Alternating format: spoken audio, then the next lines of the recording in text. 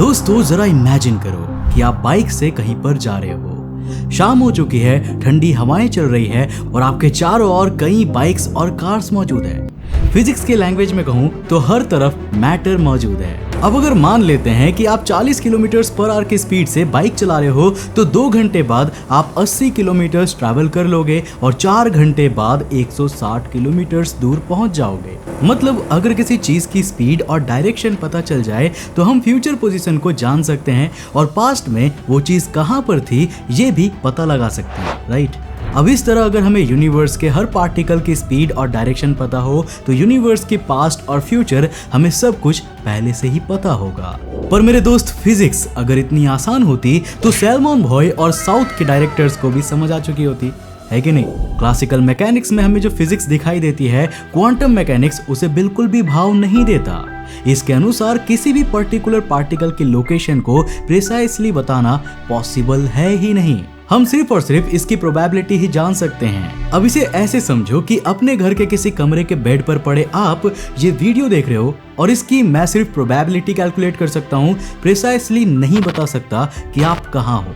अब सुनने में यह अजीब लग रहा होगा पर यही सच है और यही कारण है कि क्वांटम मैकेनिक्स इस यूनिवर्स की वर्किंग को सबसे बेहतरीन ढंग से एक्सप्लेन करता है। अब दोस्तों, क्वांटम मैकेनिक्स की दुनिया में सारे पार्टिकल्स और सारे फंडामेंटल फोर्सेस के लिए जगह है पर ग्रेविटी के लिए नहीं। अबे मेरे को तो अंदर लो। वेल, जी हाँ, ग्रेविटी क्वांटम मैकेनिकल मॉडल में फिट नहीं बैठती है। दरअसल सर एल्बर्ट आइंस्टाइन के द्वारा दी गई general theory of relativity gravity को एक्सप्लेन करने वाली बेस्ट थियरी मानी जाती है और 100 साल बीत जाने के बाद भी कोई इसे 1% भी गलत साबित नहीं कर सकता है। पर क्वांटम स्केल पर जनरल थियरी ऑफ रिलेटिविटी का भी कोई अस्तित्व नहीं है। एग्जाम्पल के लिए बिग बैंग को याद करिए। एक सिंगुलैरिटी में इनफाइनाइटली स्मॉल स्केल पर ग्रेविटी इनफाइनाइटली लार्ज कैसे हो सकती है? जनरल थियरी ऑफ रिलेटिविटी के पास इसका कोई भी जवाब नहीं है। अब चलो इसे फेमस डबल स्लिट एक्सपेरिमेंट की मदद से समझते हैं। इस एक्सपेरिमेंट में एक बार में एक इलेक्ट्रॉन या फिर एक फोटोन को डबल स्लिट से गुजारा जाता है और डबल स्लिट की दूसरी ओर लगी डिटेक्शन स्क्रीन पर हमें एक फोटोन या इलेक्ट्रॉन ही दिखाई देता है। पर अगर हम ऐसे ही एक एक पार्टिकल को लंबे समय तक ऐसे ही फायर करते रहते हैं तो हमें एक इंटरफियरेंस पैटर्न देखने को मिलता है, जैसे कि वो पार्टिकल्स नहीं बल्कि वो वेव्स हो। अब ये हमें नेचर की वेव पार्टिकल ड्युअलिटी को दिखाता है। मतलब कि इस दुनिया में पार्टिकल्स एक पार्टिकल भी है और साथ ही साथ वो एक वेव भी है। पर कैसे? अब श्रोडिंगर की टाइम इंडिपेंडेंट इक्वेशन जो कि क्वांटम मैकेनिक्स पर आधारित है वो भी इसी ओर इशारा करती है। ये बताती है कि ये सिर्फ पार्टिकल्स नहीं बल्कि वेव्स हैं जिन्हें वेव फंक्शन से डिस्क्राइब किया जा सकता है। अब दोस्तों, वेव फंक्शन हमें बताता है कि डिटेक्टिंग स्क्रीन पर किसी पार्टिकल के होने या ना होने की प्रोबेबिलिटी कितनी है। मतलब सिंपल वर्ड्स में कहूँ तो ये पार्टिकल्स असल में वेव्स ही होती है अनटिल एंड अनलेस ये किसी चीज से इंटरैक्ट करे। और डबल स्लिट एक्सपेरिमेंट में ये इंटरैक्शन डिटेक्टिंग स्क्रीन पर हो रहा है। दोस्तों, डिटेक्टिंग स्क्रीन पर आपको जो पॉइंट दिख रहा है ना, ये एक पॉइंट साइज्ड वेव है जो कि स्क्रीन से इंटरैक्ट करके लोकलाइज्ड हो गया है और इसी लोकलाइज्ड पॉइंट साइज्ड वेव को हम पार्टिकल कहते हैं। पर दोस्तों, जनरल थियरी ऑफ रिलेटिविटी कहती है कि हर वो चीज जिसमें मास और एनर्जी होती है वो स्पेस टाइम के कर्वेचर को अफेक्ट करती है। इसका मतलब ये पार्टिकल्स चाहे ये पॉइंट साइज के ही क्यों ना हो, ये भी स्पेस टाइम के कर्वेचर को बेंड कर रहे होंगे। पर क्वांटम मैकेनिक्स के अनुसार हम किसी पार्टिकल की एग्जैक्ट लोकेशन तो बता ही नहीं सकते। तो फिर ये स्पेस टाइम के कर्वेचर को किस जगह पर अफेक्ट कर रहा है और इस ग्रेविटेशनल इफेक्ट का क्वांटम वेव फंक्शन क्या है? बस यहीं पर आकर क्वांटम मैकेनिक्स अटक जाता है। दोस्तों, क्वांटम मैकेनिक्स के माइक्रो वर्ल्ड में फर्मियंस और बोसोन्स होते हैं। फर्मियंस यानी कि मैटर पार्टिकल्स जैसे कि electrons, protons, neutrons, quarks etcetera, और बोसोन यानी कि फोर्स पार्टिकल्स। अब इसमें आते हैं 3 फंडामेंटल फोर्सेस जो है इलेक्ट्रोमैग्नेटिक फोर्स, स्ट्रॉन्ग फोर्स और वीक न्यूक्लियर फोर्स। अब फर्मियंस जो कि मैटर पार्टिकल है उनके बीच इंटरैक्शन कराने का काम करते हैं फोर्स पार्टिकल्स जो है बोसोन्स और ये इंटरैक्शन स्पेस टाइम के बैकग्राउंड पर हो रहा है। अब इसे आप ऐसे समझिए कि स्पेस टाइम एक कैनवस है, हमारे ब्रशेस बोसोन्स है और कलर्स है फर्मियंस। अब ये सब मिलकर एक खूबसूरत पेंटिंग को बना रहे हैं जिसे हम यूनिवर्स कहते हैं। अब दोस्तों यहाँ हमने ग्रेविटी को फोर्स पार्टिकल में काउंट इसीलिए नहीं किया क्योंकि क्वांटम मैकेनिक्स के डेफिनेशन में ग्रेविटी ना तो फिट बैठती है और ना ही कोई फोर्स है। अब क्वांटम मैकेनिक्स की नजरों में ये सिर्फ डिस्टरबेंसेस है, वो डिस्टरबेंस जो स्पेस टाइम को वार्प कर रहा है और हमारी इस खूबसूरत पेंटिंग को बिगाड़ रहा है। तो क्या यह मान लिया जाए कि एल्बर्ट आइंस्टाइन की जनरल थ्योरी ऑफ रिलेटिविटी गलत है? वेल, जवाब है नहीं। इसे गलत नहीं, सिर्फ इनकम्प्लीट कहा जा सकता है।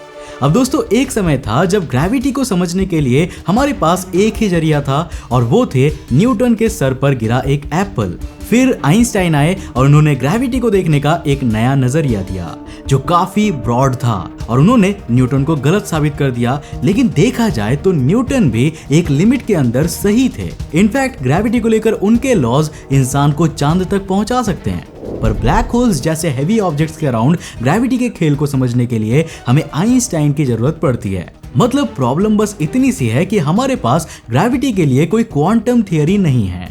वेल, कारण यह है कि जब हम ग्रेविटी को क्वांटाइज करने की कोशिश करते हैं तो इन्फिनिटीज हमें घेर लेती है। अब इसे समझने के लिए जरा इस फिनमैन डायग्राम को देखिए, जहां पर एक इलेक्ट्रॉन और पॉजिट्रॉन आपस में टकराकर एक फोटोन को जन्म देते हैं जो नष्ट होकर फिर से इलेक्ट्रॉन और पॉजिट्रॉन बना लेता है। पर दोस्तों हाइजेनबर्ग अनसर्टेनिटी प्रिंसिपल यहां पर एक ग्लिच ऐड कर देता है। इसके अनुसार वो फोटोन जो अभी इलेक्ट्रॉन और पॉजिट्रॉन के टकराने से बना है वो स्पेस के वैक्यूम से एनर्जी लेकर दूसरे पार्टिकल्स में बदल सकता है। अब एग्जांपल के लिए मान लेते हैं कि ये टॉप क्वार्क और बॉटम क्वार्क में बदल जाता है। इसके बाद ये दोनों पार्टिकल्स टकराकर फिर से फोटोन बना लेंगे और फिर नष्ट होकर इलेक्ट्रॉन और पॉजिट्रॉन में टूट जाएंगे।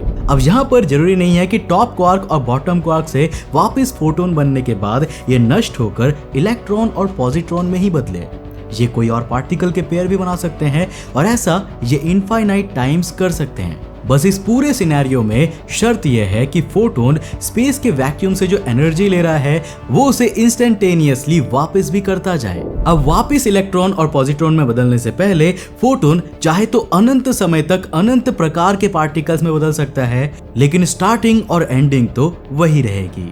पर जब आप इसे मैथमेटिकली कॉपी पेन लेकर सॉल्व करने बैठोगे तो हर एक पार्टिकल के मोमेंटम को कंसीडर करना होगा और हर एक particle infinite number of combination में भी एग्जिस्ट कर सकता है। अब यहाँ पर इतनी इन्फिनिटी लगाने होंगे कि पूरी इक्वेशन को सॉल्व करना इम्पॉसिबल हो जाएगा। अब दोस्तों रिचर्ड फिनमैन ने इसका भी एक सोल्यूशन निकाला। उन्होंने कहा कि कौन सा पार्टिकल कितनी बार किस में बदल रहा है और इक्वेशन में कितने इन्फिनिटीज लगे हुए हैं, इससे कोई फर्क नहीं पड़ेगा।